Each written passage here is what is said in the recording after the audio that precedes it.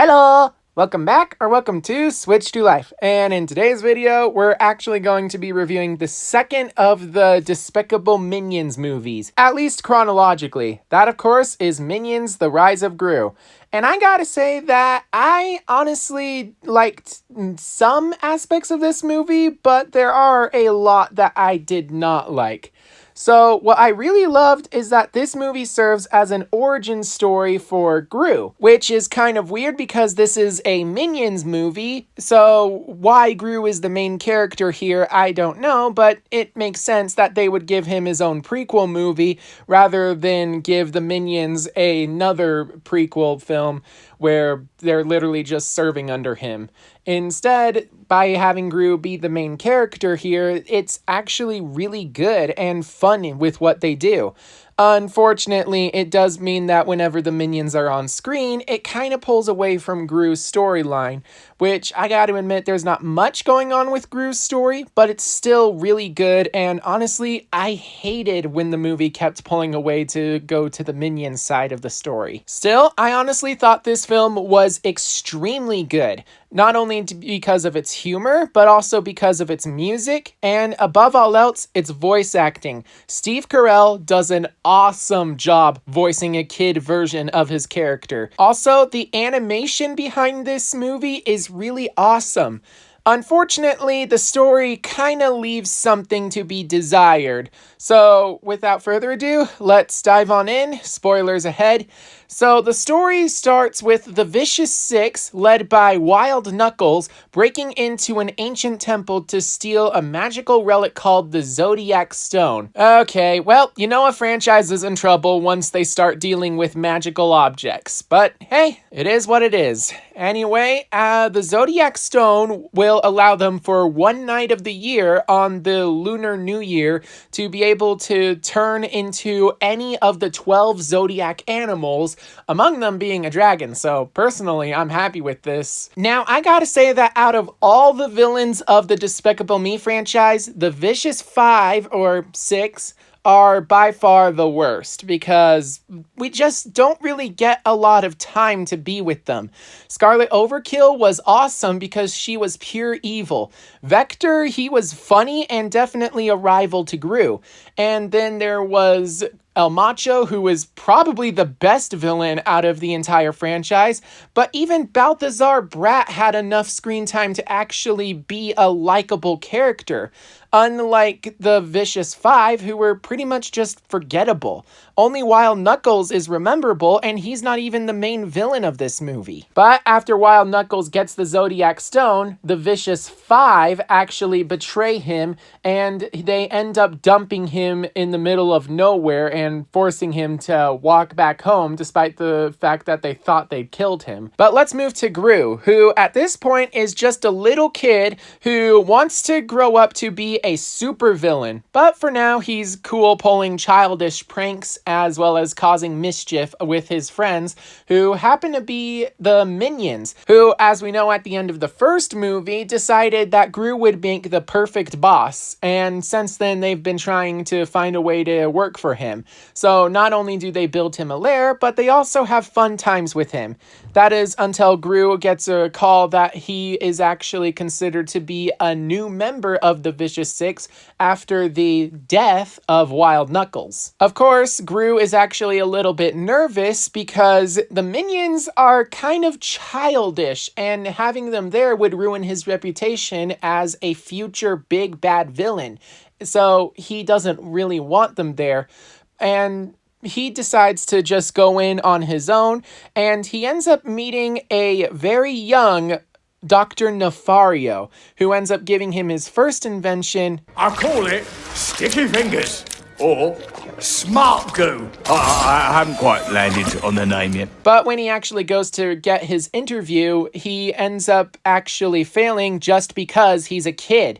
So obviously he's a little bit sad, but he decides to show the Vicious Five that he actually has potential to be a great villain by stealing their recently stolen Zodiac Stone. But during the chase scene, he ends up giving the stone to Otto, who takes it on his own trip, at which point point, after getting away from the Vicious Five, Gru goes back to his home base, and then Otto shows up with a pet rock. Turns out Otto traded the Zodiac Stone with a random kid.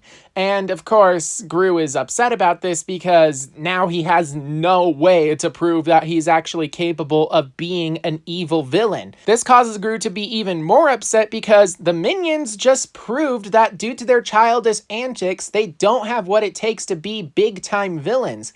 And thus, Gru just goes for a walk on his own, at which point he's actually kidnapped by none other than Wild Knuckles, who saw Gru actually steal the Zodiac Stone. But since Gru doesn't have the Zodiac Stone, this means that Wild Knuckles actually holds him for ransom until his minions will deliver the stone. It's ransom time. No, no, no! My mom will probably pay you to keep me! But without the stone, that means that they have to rescue Gru the old-fashioned way. So while Otto goes on a personal quest to right his wrong and grab the stone from the guy who actually has it at this point in time, Kevin, Bob, and Stuart go on their own quest to San Francisco so that they can fight against Wild Knuckles and his henchmen to rescue Gru that way. And that fails miserably because while these minions can definitely take a beating, they have no idea how to fight. Well, introduce Master Chow, who just so happens to be a kung fu teacher living in the Chinatown section of San Francisco. After some pleading, she decides to help out these guys with kung fu training. However, at this point in time, the Vicious Five are still trying to find a way to get the Zodiac Stone from Gru. And since they don't know where he is, they break into his house, and then they discover that Gru is being held for ransom in San Francisco by a Wild Knuckles, who is apparently still alive. So they go to Wild Knuckles' house and break it down. However, Wild Knuckles and Gru aren't there because they're actually bonding. See, Wild Knuckles has been trying to become a big bad villain for so long, but as he's gotten older, all he's wanted to do is be bad with his best friends. Obviously, the Vicious Five are not his best friends, and after taking a beating from Master Chow, his henchmen actually quit, so Wild Knuckles actually gets lonely and decides that his prisoner could actually provide some form of companionship. And of course, after learning that Gru wants to become a big bad villain himself, Wild Knuckles decides to take him under his wing in a mentor role, and it's really cool to see where Gru is learning how to actually be despicable and evil. They not only rob the Bank of Evil, but actually, that's about all they managed to do, because apparently the screen time was dedicated to the Minions Kung Fu training session, which I really hated. So, unfortunately, they come home and discover that Wild Knuckles' house is destroyed by the Vicious Five, and at which point Wild Knuckles pretty much just gives up hope. But Gru is determined to prove that Wild Knuckles is the greatest villain, and together they could become the greatest dynamic duo in history. We are starting a new team, and it's going to be called the Terrible Twos. Unfortunately, Wild Knuckles is just too depressed, so Gru just decides to leave, at which point he discovers Otto, who finally managed to show up in San Francisco with the Zodiac Stone, and then the Vicious Five actually attack the two of them, take the Zodiac Stone from Gru, at which point, due to the fact that it's officially Lunar New Year's, they end up turning into a bunch of animals. And then Kevin, Bob, and Stuart, believing that their kung fu training is finished, even though it isn't, actually show up to help out in this final battle, and then the Zodiac Stone turns them into weak versions of animals, but thankfully Master Chow's kung fu training actually kicks in for some weird reason, and obviously minions are indestructible, so there was no way they were going to lose this fight, but now that they actually have some basic understanding of kung fu moves, they actually do manage to defeat the Vicious Five for some strange reason. And then the movie ends with Wild Knuckles supposedly dying, but it turns out that he was just faking his own death so that he could escape prison and the authorities. And thus the movie ends with Gru actually recruiting Dr. Nefario to work for him by building him a bunch of gadgets. And thus the movie kind of ends with Wild Knuckles taking Gru under his wing and turning him into the supervillain that we know from Despicable Me. And that actually kind of makes me excited for the possibilities of Minions 3, where we could see Gru continue training under Wild Knuckles until he eventually dies, and actually passes on all of his villain stuff to Gru, including his house and furniture, at which point Gru could pull off his most heinous heist ever that wasn't stealing the moon, because we all know that's his most heinous heist ever, even though he returned it. So yeah, honestly, overall, I really enjoyed this movie. It had its funny moments, but unfortunately, I felt like it just kept pulling away from the Gru and Wild Knuckles scenes, which is really bad. So it actually kind of made it so the minions are actually annoying in their own movie, and that's really unfortunate. Also, the villains of this movie just aren't that great compared to the other villains of the franchise, but overall what really saves this movie is its connections to the Despicable Me franchise. For instance, the young Dr. Nefario, we have Silas Ramsbottom showing up with the AVL, but the weirdest one was when Mr. Perkins showed up with his son, Vector.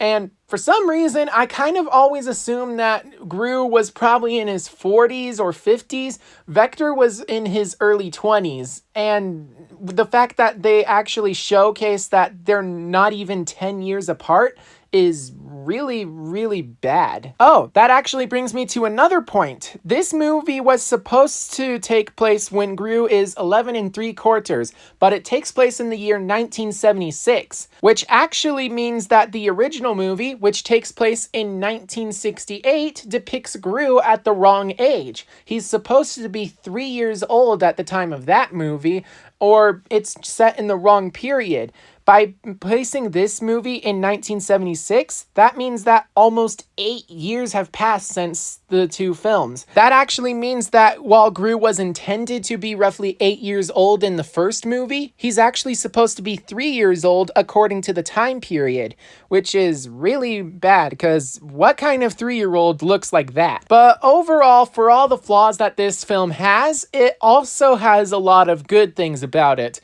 It's really funny, which is kind of expected when it comes to the Minions movies, and it's also really heartwarming at some points in the movie, and overall it has a really good story, which is unfortunately side bumped just so the Minions could have a kung fu training scene. Ugh, I hate that. But what did you guys think of this movie? Make sure to leave some of your thoughts down below in the comments, as well as any of your theories for the upcoming Despicable Me 4, which will be released on July 3rd, 2024. Also, please make sure that you subscribe so you can keep up to date on all things DreamWorks, and to keep an eye out for my reviews of the upcoming Despicable Me movies, which includes Despicable Me 4. With that in mind, I hope that you're staying safe out there, and I will see you all in my next video. Bye bye.